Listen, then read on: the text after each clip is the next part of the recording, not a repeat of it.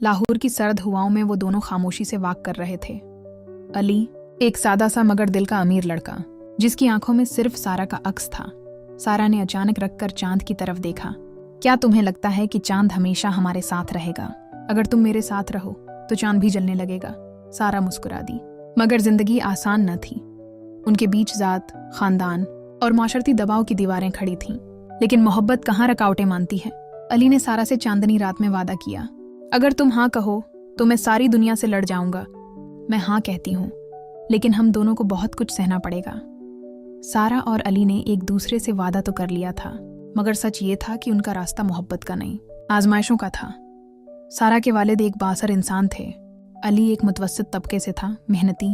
मगर आमसा सारा ने अपनी माँ से अली के बारे में बात की। दिल में खौफ लिए माँ ने खामोशी से सुना और बस इतना कहा, बेटी तुम जानती हो तुम्हारे बाबा कभी नहीं मानेंगे। अली रोज सारा को हिम्मत देता, उसे ख्वाब दिखाता। फिर एक दिन सब कुछ बदल गया। सारा के रिश्ते की बात चल निकली, और वो भी एक अमीर खानदान के लड़के से।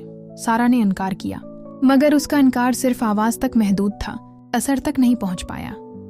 सारा को अली से बात करने की इजाजत नहीं थी।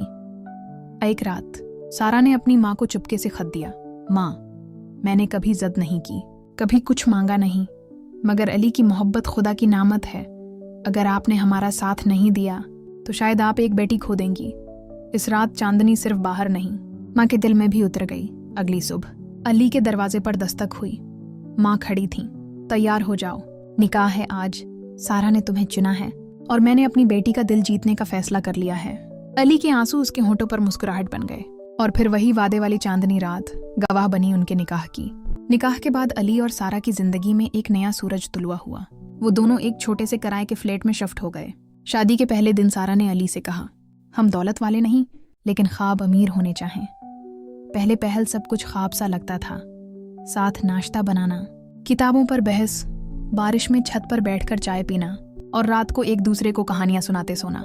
लेकिन जिंदगी हमेशा शायरी नहीं होती। जल्द ही हकीकत ने दरवाजा खटखटाया। अली की नौकरी खत्म हो गई। वो रोज दर दर नौकरी की तलाश में फिरता, और सारा उसे हारने नहीं देती।